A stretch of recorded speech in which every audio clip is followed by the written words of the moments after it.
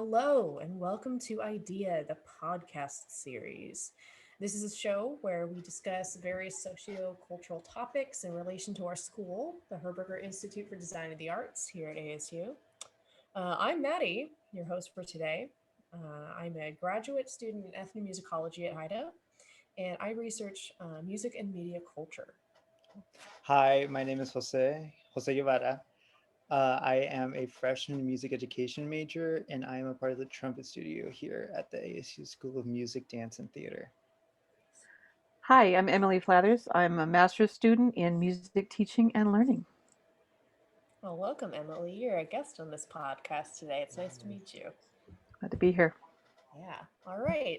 Well, our topic for today, everyone, is Women's History Month. It is the first week of March, and let's talk about women. Yes! Yeah. Wait, really quickly, out on campus, they have like herstory signs, and it's really, really cool. They have herstory signs? Yeah, Oh, it's I didn't nice. see. It's I've only nice. ever been. I've only been on the at the music library for the last few weeks. Oh, I don't yeah. go anywhere else. All right. So, small blurb, everyone. Herstory signs out there. Take a look. Today is why Women's History Month. Why dedicate a whole month to the idea of women in history? Well, if it seems like we've dedicated the last several thousand years to the males' version of history, the males, some different male people in power version of history. So let's hear from the people who didn't always get a voice. Yeah, especially since like we see history in a way where the perspectives are being told by males. And a lot of times the perspectives of women are not showcased or even appreciated, even though they're really important. Yeah. And in the last century or so, we've seen some great progress in like women's suffrage, the rights to vote, which unfortunately has only been recent. But now we're seeing a lot more of women in prominent places, especially in music, dance, theater, art, and all those other places, because I think the internet and technology help out a lot. We have more platforms to preserve those things. Um, but yeah, it's really, I personally find it interesting that like 50% of the world identifies as female, and a lot of people might think, oh, you don't need Women's History Month, or like, why is it important? But it's like that's 50% of the population. Well, here's the question. How many people have been in charge who are women? How many women leaders, presidents, people of influence have been women? More now than before, but it's still surprisingly small. Yeah, and even in those positions, a lot of people hold on to this archaic idea that women somehow will um, will be lesser, will be worse leaders just Mm. because they're women, and they hold on. You see people on the internet who are like, women aren't going to be good in these positions.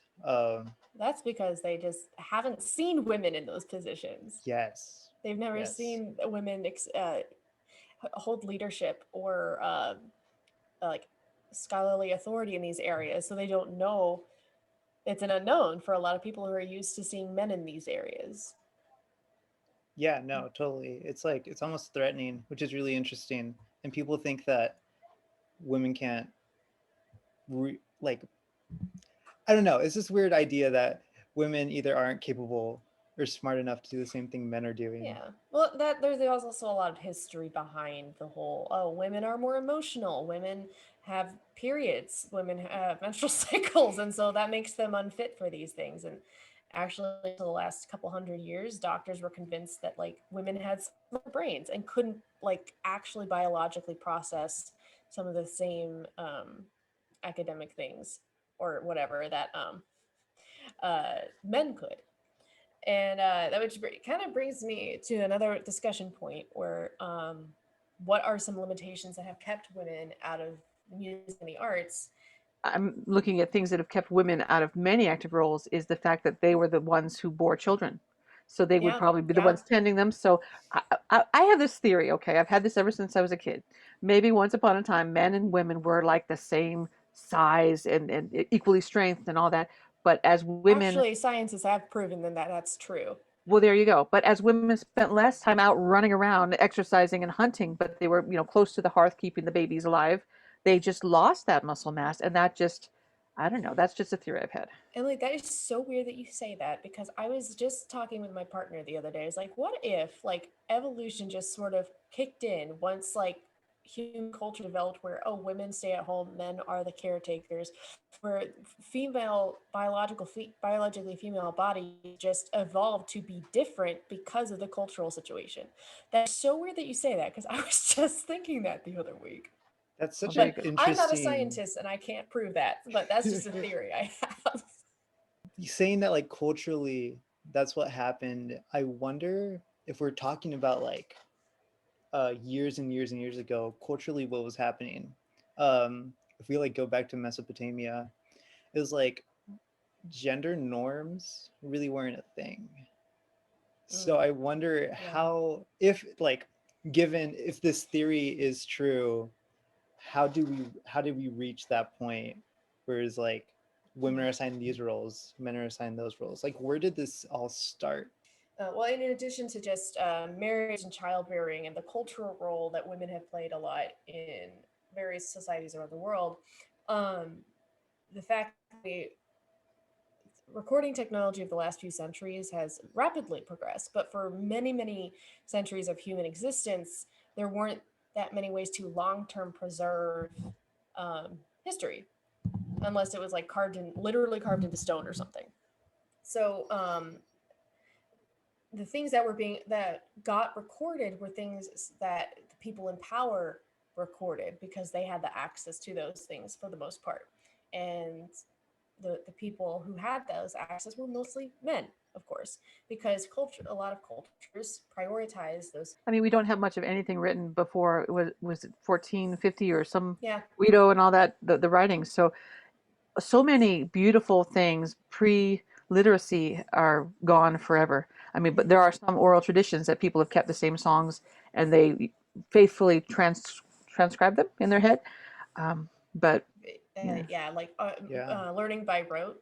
yeah. um What's yeah, learning that's by actually rote? interesting that you mentioned that because it made me think how a lot of what we think of as recorded history in terms of music literacy and women's role in that is specifically from a Western classical standpoint. And this might be a topic for another day, but I wonder what it would be like to consider um, women musicians in other regions of the world, other musical cultures, and how those might value women as musicians or as other parts of a musical tradition, maybe beyond musician, maybe something else. Because I think a lot of the focus in the music college is specifically Western classical music, because that's just the way it's been for so long. So I think it'd be interesting to maybe glean some ideas at a later date about women in music in other traditions. Yeah, most cultures around the world do learn by rote. They learn by Yeah, for hearing, Mm-hmm. sure, for sure. and then Okay. um, it's just we're the ones, the Western trained classical people who were judging them say, well, you must not be good because you don't write it down, because we're just being ethnocentric, and Yes. And that becomes a race issue and everything, No, and totally. And then also, I know that like in Western European music, a lot of times figures such as like Clara Schumann, is it Schumann? yeah, Schumann, yeah. Schumann, she a lot like I've heard that allegedly some of the pieces that her brother wrote were her pieces, or like that were Her brother? attributed You to mean her brother. Robert Yes, Schumann? Robert Schumann. That's her Yes. that's husband. her husband. Oh, her husband. Yeah, that But was her husband. Wait, no. Oh there my was a brother and gosh. sister though, Fanny and Felix Fanny and Felix Mendelssohn. Mendelssohn. Okay. Oh Actually, my yeah, gosh. I'll talk about Fanny Mendelssohn in She a second, but married her continue, Jose. brother. Oh my gosh. No. Okay. Well, she did marry her brother. Uh, She her married her husband. husband. Her husband. Yes, yes. But like, there, people are saying that some of the pieces that she wrote. Oh wait, or was it Mendelssohn? It might have been Felix Mendelssohn kind of It could brought have his been sister's both. stuff out. It could have been Yes, both. You know, could Yeah, have been I both. know that you're right, Emily, that Felix Mendelssohn did publish some of Fanny's work under his own name because that was pretty much the only avenue that she had to see her work recognized in that way. Was Hmm. especially like we see a lot of women writers in fiction and literature have to publish under male pseudonyms just to get their work recognized. And a rare exception was Jane Austen because that she Hmm. published under her own name and became Yeah. a classic. that You know, way. it's an interesting circumstance. J.K. Rowling, she wrote Harry Potter and like was an established author because of that, but she wrote under a pseudonym for like crime novels, even Yes. though she was already Yes. established. And also, we're gonna The address the fact that J.K. Rowling is transphobic. yeah, Like, while we're here to discuss women in musical and art history, we will acknowledge that they are flawed individuals, and J.K. Rowling is a turf, and I'm sorry, but yeah, no, let's continue on. yeah, but it's like it's really interesting where someone who is established is doing that currently. Like Mm. this isn't years ago. Do you think she did that specifically for like the novelty of it, or? I think she did it as to perpetuate that idea that male authors can more effectively sell crime novels. Mm. Like I think she was Like under a the genre belief specific that it was genre stereotype? specific. Okay. Yes. Yeah, maybe she just wanted to have a separate identity so people don't like her books just because, oh, it's the Harry Potter person. I know I'm going to love it. But to have a separate identity because it's a separate field altogether. That makes me Yeah. actually. That just brought me to one of the women composers I wanted to bring up today. Actually, have any of you heard of composer for the score of Clockwork Orange, very famous Okay. Stanley Kubrick film, and also Watership Down? And she's a trans woman who went through a large period of her life where she felt like she had to stay keep her trans identity hidden, and she had a hard time transitioning, and the whole going by another name having one effect on one's work was definitely a huge part of her life, and it factored into how she was. Has anyone heard any of her stuff before? Oh yeah, switched on Bach. I grew up on that. Switched on Bach, My yay, dad had those good. albums. So she Yeah, was doing the early synthesizers back in the days when you actually had to plug in cables and stuff like yeah, that. she was one of the huge pioneers of synthesizing, um, Oh my gosh. like extensive synthesized um, music, especially for what she did for Clockwork Orange. Mhm. That's really cool. She did Yeah. Tron too. Oh Oh, yeah, Movie she she Tron. did do did. Tron. She Yeah, did do Tron. I Wow. forgot about that. yeah. Yeah, That's I can't incredible. remember all of her filmography, but I remember And Clockwork something from The Orange. Shining. Didn't she work on The Shining too? Did no, I don't think that was her. That was somebody else, but I I think would have they remembered she did The Shining. like they ended up not using her. Is that the right one? That was it. Was that That The was. I Shining? think that was it. Yeah. They didn't use one of her pieces like commissioned for it. I think Yeah, I think she did some work, but they they went were with using something somebody else. else's as like a dummy file till she got hers done. But then they got used to the dummy Oh file. yeah. I think that's the right movie I'm thinking about. Are you thinking of that, or are you thinking of Space Odyssey and how they No, hired? no, I don't. Well, the same thing happened with Space Odyssey. I know that. They hired Johann Strauss for that one. Well, they use that as like the image album to for like the vibe of the movie for the composer to listen to and get ideas from. Then they Uh, just dump the composer's score and use stress. Yeah. Okay, Um but yes, actually back to the topic in wait, I hand. was gonna say, since we're talking about film, I think we should also look at actresses within film and Okay. historically how women are being portrayed in film, because a lot of times male directors were the ones who were and male writers were the ones writing characters for women. And that led to a lot of like male gaze instances Oh, occurring. I that's know. yeah. Yes, Mm-hmm. yes, because the most prominent thing I can think of is James Bond. Ugh. I'm And James sorry. I do Bond, not like the James Bond movies. I'm yeah, no. sorry. I love the What's music. Hate the problematic? movies. What's problematic about it is women are not portrayed as like significant important characters. they're just Um, attracted to James Bond. That's all they they're just are. attracted to Yeah, James that's like Bond. that's there's a long history of that in film, and it even extends beyond that. Actually, like, um, actually illegal until 1660 for women to act on the English stage in like Shakespeare performances Oh, and stuff. That was actually illegal till 1660, and I just learned that yeah. recently, and I was like, oh, so and not only that, but then you get a long history of the novel. like the literary novel, and how it's very male centric and very male focused. Until you get Jane Austen, who tells it from a woman's perspective, pretty much in every single one of her books. And but that was never included in as much It's in a the whole literary hidden world. vernacular. Yeah. Yeah. Yeah, and then when film came along, which ended up adapting a lot of novels and literary storytelling techniques, then you have also a dominated field, which also dictates how women interact with this art form. Yeah. Yeah. I actually, because I did a little research before this, I listed down some movies that do a better job of like helping portray women and like writing like great roles Mad for Max women. Fury Road. That one's not there, but some that I can think of are Atomic Blonde, which are at least their own. Um, Salt with Angelina Jolie, Portrait of a Lady on Fire, which is a French Oh, film, I've heard of that one. That was a good one. very good.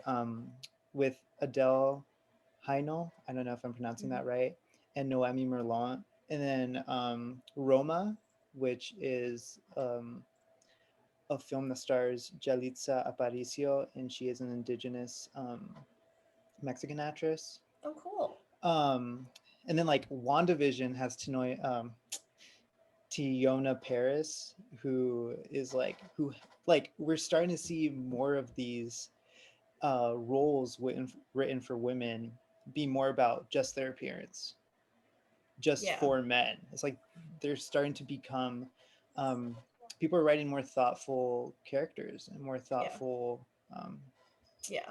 more personal things. So it's I nice. will say a small note about Atomic Blonde. It does have a couple problems in its writing with how it treats the bury your gays trope. That's probably not a topic for another day. And Hmm. specifically about lesbian identifying women and Hmm. dealing with that trope in fiction and Oh stuff. my But that, gosh, we should yeah, talk about it that.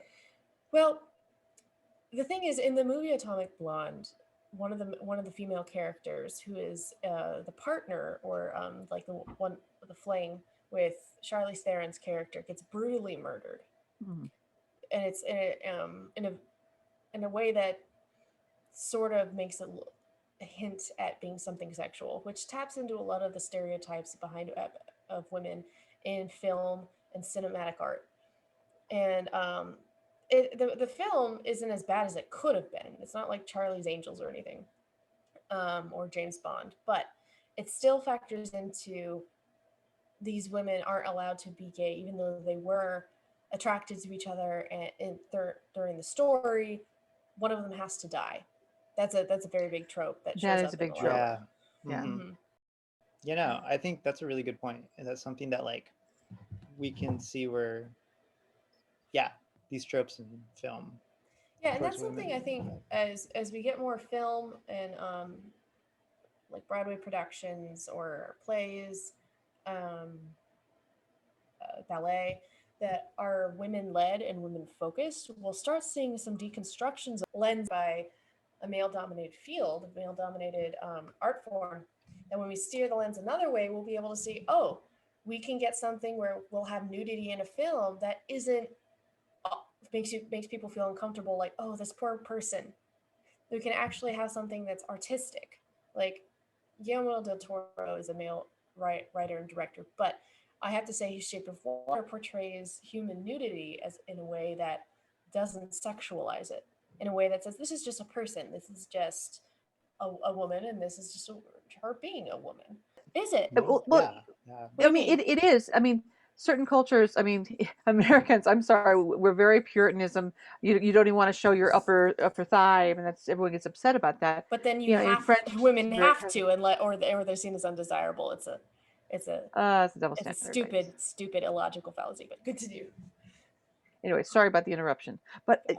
you got me thinking about something I read recently about directors, about the women's view. How of all the directors, it's like 13% of films in the past year were directed by women, and like 5% the cinematographers were women. Mm, So I mean that's of course more than it was 20 years ago, but it commented on how slowly that rate is rising. Um, yeah. I Oh, don't for even sure. know any because I don't watch a lot of films. I'm more into the audio stuff. I don't know any of these directors. The only one I know is like Penny Marshall. Go back to this nine. I was looking up some like um, women in these different areas for our discussion today, and I don't know if I touched on women composers, but does anyone know a composer off the top of your head that's female or identifies as a woman? Judith Lang Zamont. Zamont. Okay. I was trying to think of Joan. I forgot what her last name is, but she wrote Fanfare for the Uncommon Woman. I know who you're talking about. Towers? Joan Towers. Hightower. Oh, Joan Hightower. Hightower. I think it's Joan Towers. Is it Oh, Towers? that's cool. I Wait, love let the me see. title. I'm going to look at. Yeah, it's a really cool piece. And then also conduct. Yeah, Joanne Joanne. Falletta. Yes, Falletta, yes, who wore a Fayetta. tuxedo. I remember, wow, there's a woman conductor and she's wearing a tuxedo, and to blend in and stuff. And now people are Yes. much more relaxed with that. Mm-hmm. But, Yeah.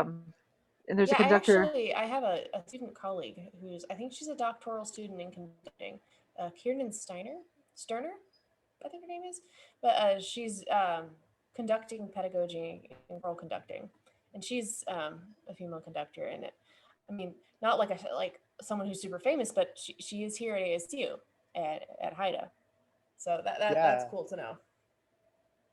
Yeah. And I literally I'm thinking of one more. Marin Alsop. She studied with Bernstein. Um, oh, like yeah, yes, she was The one of his Leonard, students. The The Leonard. Leonard. the Leonard. Also, I looked it up. Lenny! It's Joan Tower. There's no It is S. Joan Tower. You're right. Oh, that's so Mhm. cool. But Yeah, like, it's an issue that we have to like think so hard, right? Yeah, like right? literally, it's the same with like instrumental music as well. It's just like, okay, who are the female composers? As in, if that was like a subcategory. Women have Yeah. always been a subcategory in music history and music scholarship. It's funny. Um, We don't call male composers male composers. We call them composers. Exactly. yeah, it's composers. It establishes that the norm, the standard is maleness. Yeah, so the standard of maleness was also specifically white maleness. So inclusivity of women, or just adding women to the standard vernacular, also needs to include women. There's a lot of studies out there of how um, Black women, Indigenous and Hispanic women, just BIPOC women, um, receive a more concentrated amount of discrimination and violence than a lot of other demographics, especially, and like Black trans women have always had such hardships, being murdered left and right. There's entire movements about the missing and murdered Indigenous women of the North America, not to mention a lot of the sex trafficking problems that a lot of women of color face, or Mm. BIPOC people. There's Uh, also a lot of femicide. Well, the term is femicide, and Femicide? they're talking about the murder of women in Hispanic countries and Latin American countries. Mm. A lot of times in Mexico, and another prominent one, I'm not sure, but if you look it up, it's like a movement that's currently happening Mm. in South American and Latin American countries because a lot of women are being murdered or being tortured. Mm. And yeah, it's a really prominent issue that's happening right now. This isn't decades ago. This isn't centuries Yeah. ago.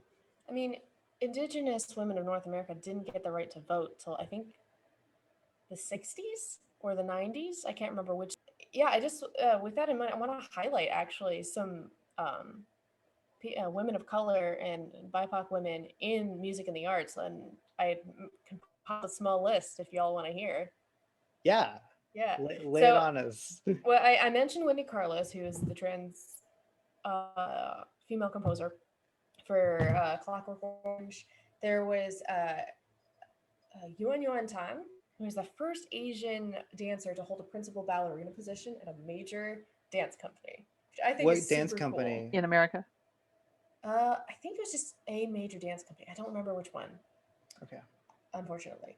That's okay. There was also Maria Tall Chief, who's of the Osage Nation, and she was the first Indigenous American prima ballerina and one of the founders of the Chicago Ballet, which I think is super cool. Gosh, She's yeah. so cool. I was looking at a couple of videos of her choreography, and yeah. There's Evelyn Cisneros, who was the first Hispanic prima ballerina in the U.S., which, you know, I had to scour the internet trying to find this, and unfortunately, when you say write Asian YouTube videos or things that just hot, sexy Asian near you on the internet, which is unfortunate and it hurts. Yeah, But there are, especially the fetishization of women, just like in all aspects, especially women of color.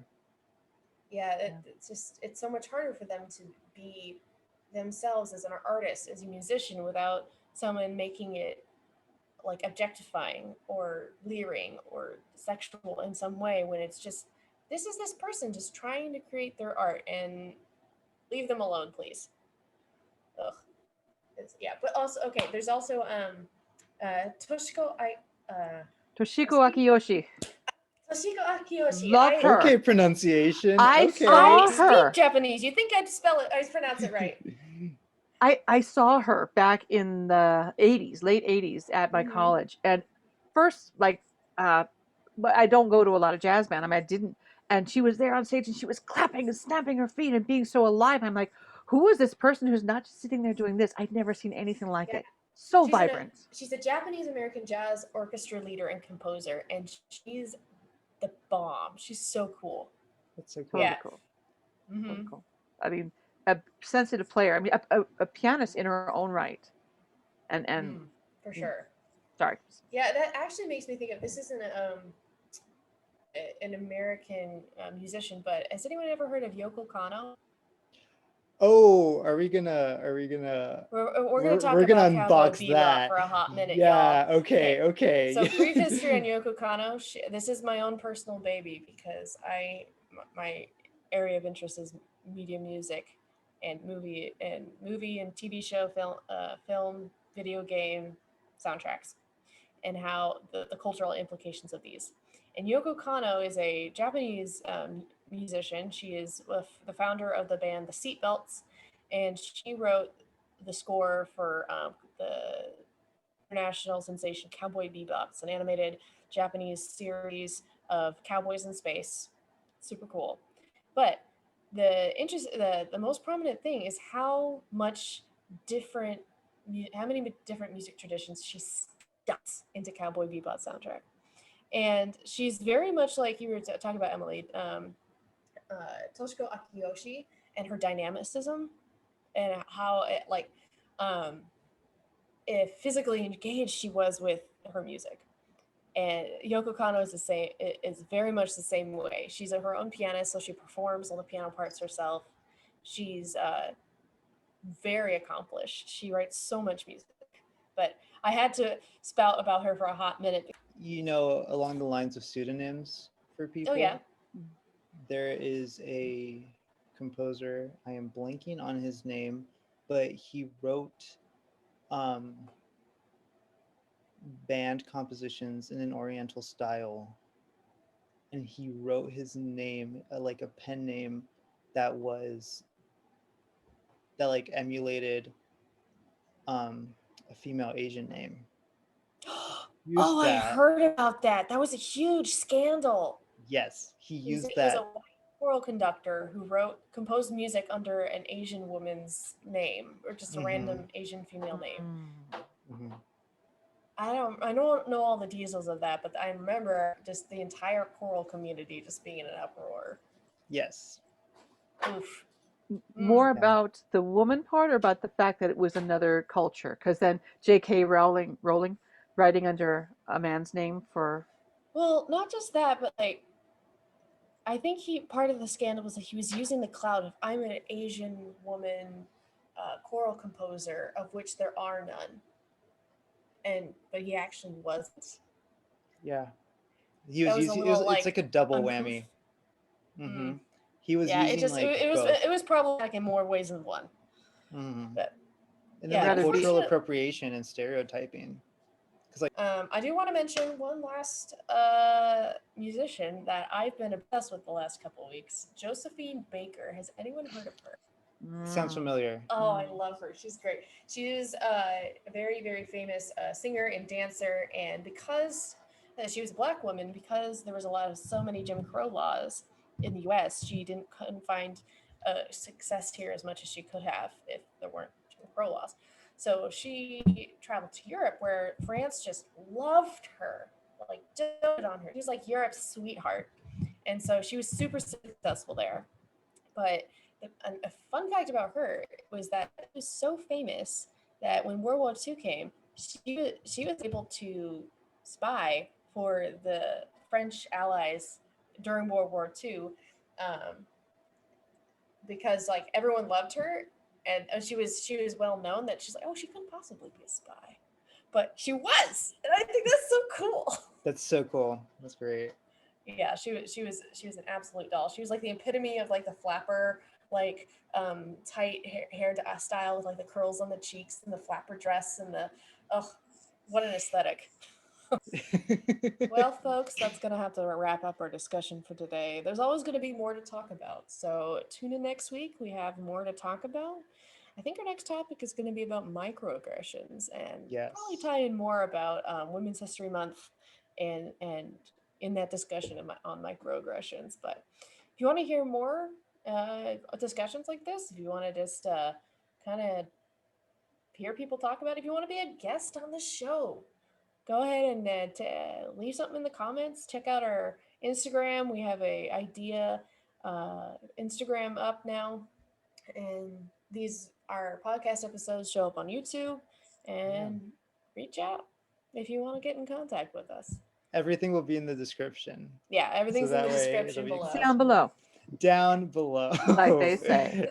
Okay. All right, thanks for Yeah. listening, everyone. We'll Yeah, see you next no. week.